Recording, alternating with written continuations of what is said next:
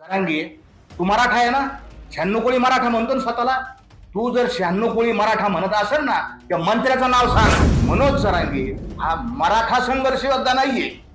हा मनोज जरांगे हा मुस्लिम संघर्ष योद्धा आहे. जरांगे, तुम्हाला कायद्याची अक्कल नसल्यामुळं हा मराठा समाजाचं तुम्ही भयंकर नुकसान केलं. 2 सप्टेंबर म्हणजे मागच्या वेळेस 8 महिन्यापूर्वी मनोज जरांगे मुंबईत गेलते.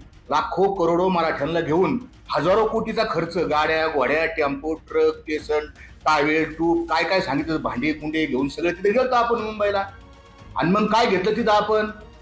मनोज जरांगे काय घेतलं? तर एक GR घेतला, हैदराबाद गॅजेटचा GR घेतला. आणि काय म्हणले तुम्ही मनोज जरांगे? जिंकलो रे राजा हो, पोरा हो, घेऊ ना GR, घेऊ ना GR. मनोज जरांगे तुम्ही जिंकले होते ना? मनोज जरांगे तुम्ही गुलाल लावला होता ना? जिंकल्याचा गुलाल नाचले का नाही तुम्ही? तुम्ही नाचले, सगळ्यांना नाचवलं. मग आता कसलं उपोषण आहे? काय कारण आहे? माझा साधा प्रश्न आहे मराठा समाजाला. मनोज जरांगे आता सगळे सोयरेच्या GR बद्दल का बोलत नाही? पुढे गेला सगळे सोयरे. पत्रकार साहेब 2 वर्ष सगळे सोयरे सगळे सोयरे सगळे सोयरे आणायचा, सगळे सोयरे न्यायचा. दिल्याशिवाय उठणार नाही, कठोर उपोषण होणार, भयंकर उपोषण होणार, निर्णायक लढाई. अरे पुढे गेला सगळे सोयरे जरांगे. केवढ्याला विकला तू? सगळे सोयरे हा शब्द केवढ्याला विकला? आता तुझ्या तोंडामध्ये सगळे सोयरे का येत नाही? माझी पत्रकार बांधवांना आपल्याला विनंती आहे की आपण विचारा, या सगळे सोयरेचं काय झालं? का सोडून दिला? दुसरा जरांगेचा दुसरा महत्वाचा मुद्दा आहे, शिवनेरीवर शपथ खाल्ली का? शिवनेरीची माती घेतली, कपडा लावली आणि मराठा कुणबी एक आहे हा GR घेतल्याशिवाय मी येणार नाही. एक तर माझी अंतयात्रा निघल, नाही तर मराठ्याच्या आणि कुणब्याची GR एक आहे आणि त्या सगळ्या सोयऱ्याची विजयाची यात्रा निघल, तरच मी उठणार. आता मी उठत नसतो. का उठले तुम्ही? काय सेटलमेंट झाली? तुम्ही आमच्यावर आरोप करता 2 कोटी घेतले, 2 कोटी. कोणत्या मंत्र्यांनी 2 कोटी दिले? जरांगे, तू मराठा आहे ना? 96 कोळी मराठा म्हणतो ना स्वतःला. तू जर 96 कोळी मराठा म्हणत असेल ना, त्या मंत्र्याचं नाव सांग. कोण मंत्री आहे? अरे तुझ्यात दमच नाही. तू काय सांगतो? तू नाव सुद्धा घेऊ शकत नाही कोणाचं. माझ्याकडे मोबाईल गज भरला, आमक केला, धमक. मनोज जरांगेच्या या आरक्षणाच्या आंदोलनामुळे फायदा झाला का तोटा झाला? पहिल्या गोष्ट म्हणजे 2 सप्टेंबरला जो GR आणलाय मनोज जरांगेने, आणि मनोज जरांगेनेच आज प्रेसमध्ये सांगितलं का 308 लोकांना फक्त कुणबीचे दाखले मिळाले. म्हणजे एवढे कोटीभर मराठे तिथे नेले आणि फक्त 308 दाखले.